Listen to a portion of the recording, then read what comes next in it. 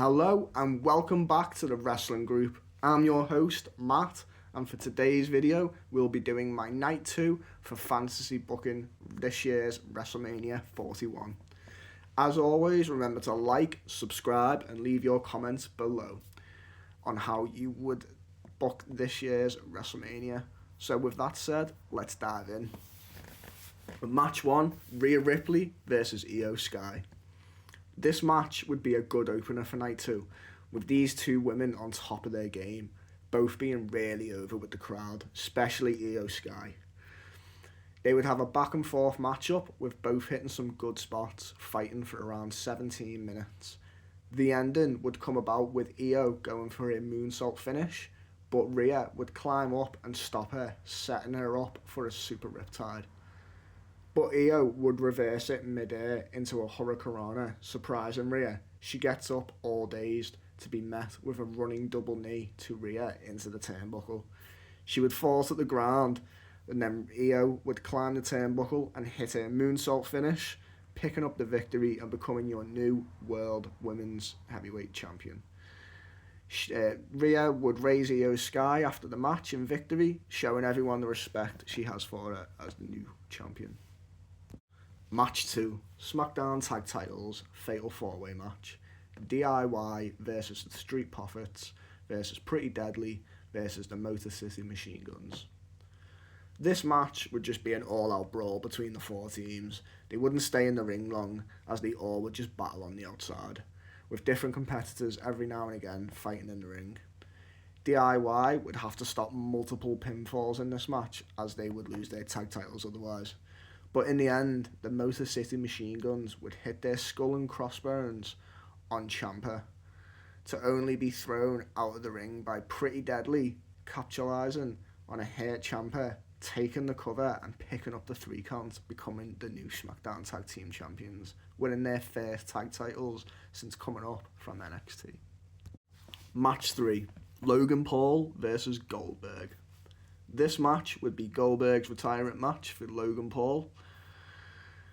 For weeks, Logan Paul would badmouth the legend, causing Goldberg to come back to the WWE to beat some respect into Paul. They would start off with Goldberg instantly going for a spear, but to only be met with a right hand from Logan putting down Goldberg with his titanium screws in his hand, making it more impactful. Logan would then go to the ring apron and set him up for a springboard lariat, to then be met with a hellacious spear from Goldberg. He would then go back to the corner to set up for another spear, and then he would pick Logan Paul up and hit him with the jackhammer. 1, 2, 3, your winner, Goldberg, and his final match in the WWE. Match 4, Jacob Fatu versus LA Knight versus Shinsuke Nakamura, United States title match. This match has all the ability to be a good triple threat match, as Jacob Fatu would enter the ring, walking down the ramp. He would be blindsided by LA Knight, throwing him into the barricade, then throwing him into the steel steps and getting hit with a steel chair multiple times. Shinsuke, while all this is happening, just standing in the ring waiting for his opponents. LA Knight would eventually enter the ring, and him and Shinsuke would exchange strikes, with Shinsuke winning the exchange. After this, we would see Jacob Fatu recover and stand on the apron to only be met with a red mist to the face, blinding the Samoan werewolf, again leaving him immobilized. Nakamura and the megastar would fight for a bit, but not long after, Fatu would recover again and start cleaning house by absolutely obliterating his opponents. He would set up a table outside the ring and put Shinsuke through it, delivering a splash to him from the top rope to the outside.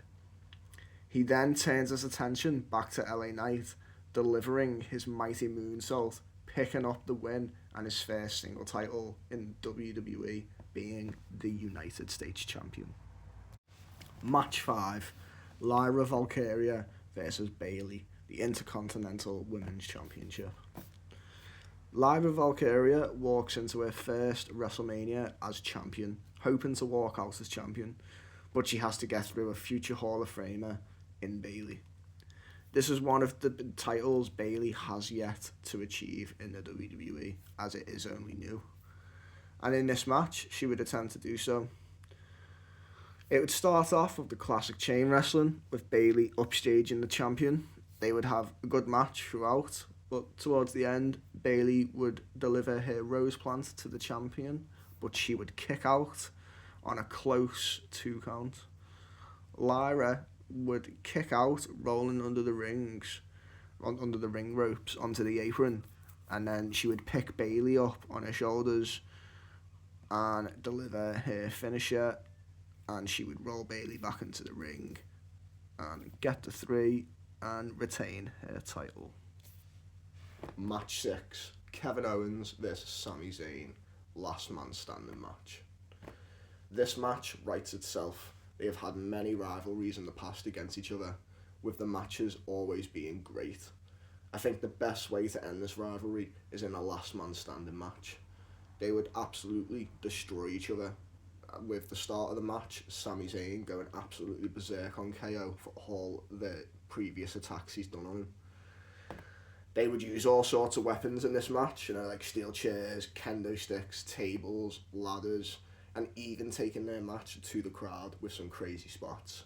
One of them would be KO would get pushed down the stairs leading up to the fans. Sami would drag KO back to the ring, and there would be a table set up in one of the corners in the ring. Zayn would attempt his exploder suplex through the table, but KO would get out of it and start stomping into Zayn until he is sat down against the table. Kevin Owens would then do his running cannonball to Zayn through the table. Towards the end of the match, there would be a point where Sami would attempt his haluva kick, but be knocked over the ropes from his momentum. KO would capitalize on this, hitting a powerbomb on Zayn on the ring apron. Throwing him in the ring along with a steel chair, he would then hit his package pile driver to Sami Zayn on the chair, then pick up his lifeless body and give him another one on the chair. He would sit in the corner hoping Sami wouldn't get up. KO would win the match, with Sami not moving at all for the 10 count. Medical staff would have to come down to get Zayn out of the ring, putting him on a stretcher, whilst KO would be standing tall in victory, putting Sami Zayn on the shelf for a while. Match 7, AJ Styles versus surprise opponent. AJ Styles would for weeks wonder who his opponent is at Wrestlemania, with no indication to who it could be. As you might remember, they did this with Seth Rollins for a returning Cody Rhodes, so it wouldn't be bad to do it again. The Phenomenal One would make his entrance in confusion, still wondering who it could be. And as he is waiting, a video package would appear showing different clips. But at the end of the clip, a big Matt Cardona logo would appear on, and the reaction he would get is absolutely amazing. He is returned home and not as Zack Ryder, walking out with a contract in hand, signing it as he's running to the ring. AJ and Matt would instantly brawl, with the crowd chanting, "Holy shit, this is awesome, holy shit." The match would go on for around 30 minutes, with Matt getting his actual spotlight for the first time at WrestleMania. It'd be a back and forth throughout match, with when the match comes to a close, AJ would hit a phenomenal forearm on Matt, covering him for the 3 count. They would share the ring, but out of nowhere, Matt Cardona would hit Styles with radio silence to the back of the head of Styles, standing over the fallen AJ, showing he has come back not as a babyface, but as one of the greatest heels. Match 8, Gunther versus Jey Uso, World Heavyweight Championship. This match would be the conclusion of WrestleMania weekend, with Gunther the World Heavyweight Champion and Jey Uso the 2025 Royal Rumble winner. This match would be completely one-sided, with the audience rooting for Jey Uso, yeeting along with him during his entrance and the entire match. But on the other side, you have Gunther, the champion, who has been champion pretty much his entire WWE career. He truly is a dominant wrestler in the business. And in this match, it shows, as he would hit Jey Uso over and over again with powerbombs, chops, submissions. But the Yeet one wouldn't give up. He wanted the championship. The referee would get knocked down at some point during the match, leaving time for a little bit of rule breaking. Gunther would hit Uso with steel chairs and then proceed to lay him on the announce table, going back into the ring and onto the top rope to deliver a splash of his own, for only Jey Uso to move out of the way, making Gunther the one who goes through the announce desk. Ludwig Kaiser would then get involved, trying to help Gunther by attacking Jey Uso, beating him with a steel chair. But then the Tribal Chief's music would hit, and he would run to the ring. Ludwig Kaiser would swing the chair for Reigns to duck it and hit Kaiser with a Superman punch, taking him out.